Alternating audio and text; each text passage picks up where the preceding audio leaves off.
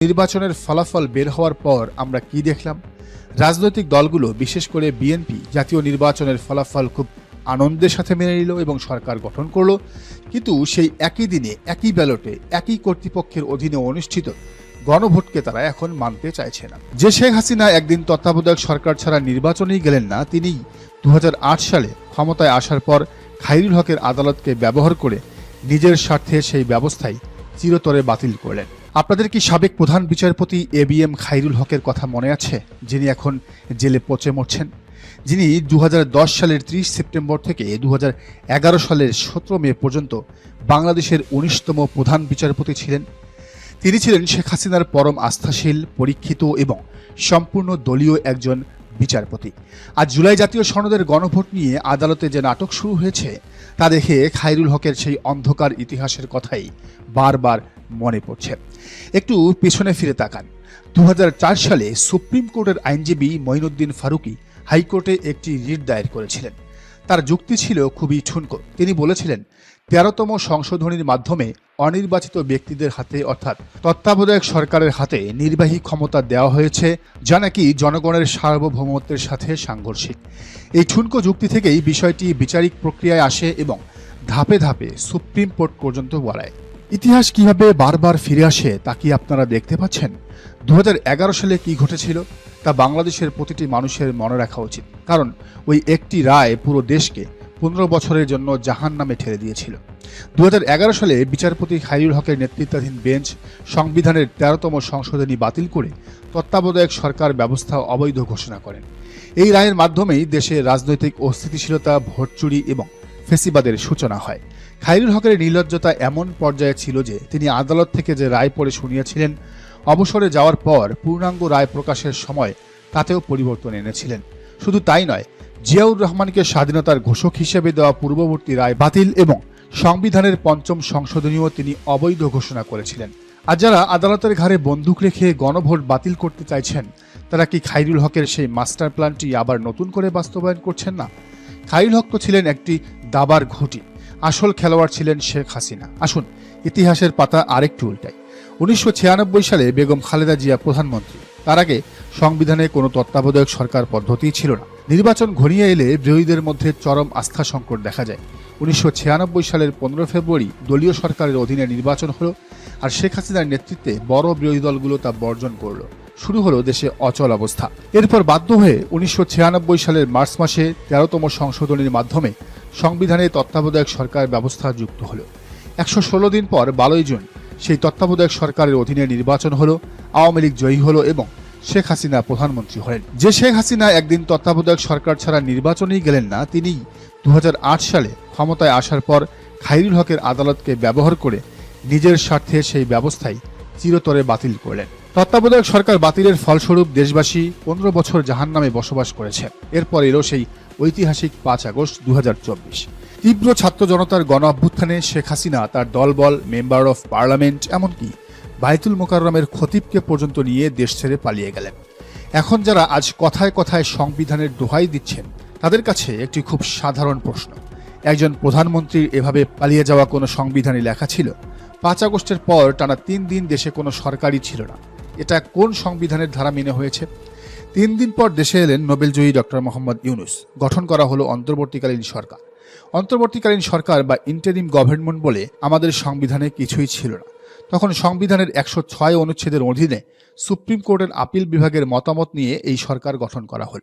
আইনগতভাবে এটিও ছিল একটি অত্যন্ত ঠুনকো উদাহরণ এবং আক্ষরিক অর্থে অসাংবিধানিক। কিন্তু তখন কেউ টু শব্দটিও করেনি। কেন? কারণ সংবিধান তো কোনো ধর্মগ্রন্থ নয় যে তা বাতিল বা স্থগিত করা যাবে না। ওই মুহূর্তে জনগণের অভিপ্রায় এবং ডক্ট্রিন অফ নেসেসিটি, এটিই ছিল শেষ কথা। জনগণের অভিপ্রায়ই শেষ পর্যন্ত সংবিধানের মূল লক্ষ্য এবং ভিত্তি। ডক্টর ইউনূসের সেই সরকারের অধীনেই 2026 সালে জাতীয় নির্বাচন এবং জুলাই সনদের গণভোট একই দিনে অনুষ্ঠিত হলো। সব রাজনৈতিক দল এতে রাজিও হলো। কিন্তু নির্বাচনের ফলাফল বের হওয়ার পর আমরা কি দেখলাম? রাজনৈতিক দলগুলো বিশেষ করে বিএনপি জাতীয় নির্বাচনের ফলাফল খুব আনন্দের সাথে মেনে নিল এবং সরকার গঠন করলো। কিন্তু সেই একই দিনে একই ব্যালটে একই কর্তৃপক্ষের অধীনে অনুষ্ঠিত গণভোটকে তারা এখন মানতে চাইছে না। তাদের যুক্তি কি? গণভোট নাকি অসাংবিধানিক। যে নির্বাচনের মাধ্যমে তারা ক্ষমতায় গেল সেটা সাংবিধানিক, আর যে গণভোট তাদের ক্ষমতার লাগাম টেনে ধরতে চায় সেটা নাকি অসাংবিধানিক। এই চরম ভণ্ডামির জবাব দেবে কে? আজ সেই গণভোট বাতিল করার জন্য আদালতে রিট করা হয়েছে এবং আদালত খুব দ্রুত রুলও জারি করেছে। কিন্তু প্রশ্ন হলো, আদালত কি ডক্টর ইউনূসের সরকারের সময় ছিল না? ডক্টর ইউনূসের অন্তর্বর্তীকালীন সরকার যখন গঠিত হলো তখন আদালত কেন স্বতঃপ্রণোদিত হয়ে রুল জারি করলো না যে এই সরকারটা অসাংবিধানিক? সেই সময়ে সংবিধানের কোন ধারায় বিচারকরা বিচার কাজ পরিচালনা করেছেন? সবচেয়ে বড় তামাশা হলো, একজন রাষ্ট্রপতি শাহাবুদ্দিন চুপ্পু মাত্র 2 বছরের মধ্যে 3 জন সরকার প্রধানকে, অর্থাৎ শেখ হাসিনা, ডক্টর ইউনূস, তারেক রহমানকে শপথ পড়ালেন। পৃথিবীর কোনো সংবিধানে এমন আজব নিয়ম আছে? তখন এই সাংবিধানিক বিশেষজ্ঞরা কোথায় ঘুমিয়েছিলেন? বিএনপি সরকার যদি ভেবে থাকে যে আদালতের ঘাড়ে বন্দুক রেখে গণভোট বাতিল করে তারা খুব লাভবান হবেন, তবে তারা আসলে নিজেদের গলায় নিজেরাই দড়ি পড়াচ্ছেন। আর যদি আদালত এই যুক্তিতে গণভোট বাতিল করে যে সংবিধানে এর কোনো ভিত্তি নেই, তবে একই যুক্তিতে কাল ডক্টর ইউনূসের অন্তর্বর্তীকালীন সরকারও অবৈধ হয়ে যাবে।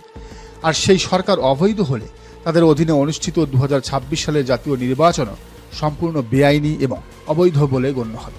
তারেক রহমান কি বুঝতে পারছেন যে গণভোট বাতিল করতে গিয়ে তিনি নিজের গদির ভিত্তিটাই আইনিভাবে ধ্বংস করে দিচ্ছেন? আজ আমরা আপনাদের একটি ভয়ঙ্কর ভবিষ্যৎবাণী করে যাচ্ছি।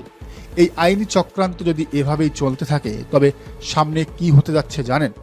হয়তো বেঁচে থাকলে আমরা দেখব এই আদালতই একদিন রায় দেবে যে শেখ হাসিনাকে জোর করে উৎখাত করা হয়েছিল। তারা রুল জারি করে শেখ হাসিনাকে আবারও দেশের বৈধ প্রধানমন্ত্রী হিসেবে ঘোষণা করবে। ডক্টর ইউনূসের অন্তর্বর্তীকালীন সরকারকে অবৈধ ঘোষণা করা হবে।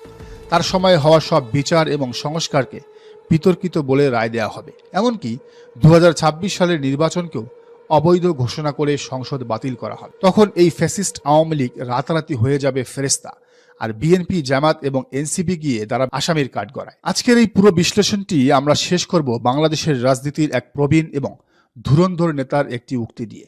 2012 সালে আওয়ামী লীগের প্রয়াত বর্ষিয়ান নেতা সুরঞ্জিত সেনগুপ্ত একটি ঐতিহাসিক কথা বলেছিলেন। তিনি বলেছিলেন, বাগে ধরলে ছাড়ে, কিন্তু শেখ হাসিনা ধরলে কাউকে ছাড়ে না। আজ যারা ক্ষমতায় বসে দম্ভ করছেন, আদালতের ঘাড়ে বন্দুক রেখে জুলাইয়ের গণভোটকে বাতিল করার চক্রান্ত করছেন, তারা ভুলে গেছেন যে তারা কার সাথে খেলছেন। এই আইনি লুপহোল বা ফাঁকফোকর তৈরি করে তারা মূলত শেখ হাসিনার ফিরে আসার, ওই বাঘের ফিরে আসার পথই প্রশস্ত করছেন। যেদিন সেই বাঘ ফিরে আসবে সেদিন আর কাউকেই আস্ত রাখবে না। সবচেয়ে বড় তামাশা এবং দ্বিচারিতার জায়গাটা এবার উন্মোচন করা যায়। বিএনপির মহাসচিব মির্জা ফখরুল ইসলাম আলমগীর সহ তাদের অন্যান্য নেতারা ইদানিং খুব সংবিধান মারাচ্ছেন। কথায় কথায় তারা সংবিধানের দোহাই দিচ্ছেন।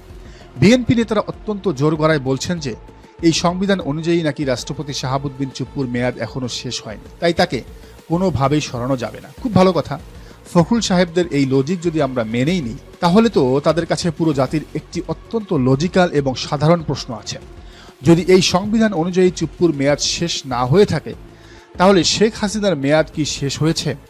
এই সংবিধানের ঠিক কোন জায়গায় লেখা আছে যে একজন প্রধানমন্ত্রী দেশ ছেড়ে পালিয়ে গেলে তার মেয়াদ শেষ হয়ে যায়? আজকের এই মেগা পলিটিক্যাল এবং লজিক্যাল অ্যানালাইসিসের একেবারে শেষ প্রান্তে আমরা। বিএনপি নেতারা যখন নিজেদের স্বার্থে চুপ্পুকে ক্ষমতায় রাখতে চান, তখন তারা সংবিধানের পাতা খোলেন, আর যখন শেখ হাসিনাকে বাদ দিতে হয় তখন তারা গণ অভ্যুত্থানের দোহাই দেন। এই দ্বিমুখী বা সুবিধাবাদী নীতি নিয়ে একটি রাষ্ট্র চলতে পারে না। আপনি যদি চুপ্পুকে সাংবিধানিক বৈধ মানেন, তবে আপনাকে হাসিনাকেও বৈধ মানতে হবে। আর আপনি যদি 5 আগস্টের গণ অভ্যুত্থানকে বৈধ মানেন, তবে সেই গণ অভ্যুত্থানের স্পিড থেকে জন্ম নেওয়া জুলাই সনদ এবং 70% মানুষের ভোটে পাশ হওয়া গণভোটকেও বৈধ মানতে হবে। আদালতের ঘাড়ে বন্দুক রেখে এই শুভঙ্করের ফাঁকি দিয়ে ক্ষমতাকে কুক্ষিগত করার চেষ্টা যদি সরকার বন্ধ না করে, তবে আগামী দিনে এই দেশের সাধারণ মানুষ তাদের সেই সাংবিধানিক মারপ্যাচ খুব ভালোভাবেই বুঝিয়ে দেবে। দর্শক, আপনার কি মনে হয় জানান মন্তব্যের ঘরে। আর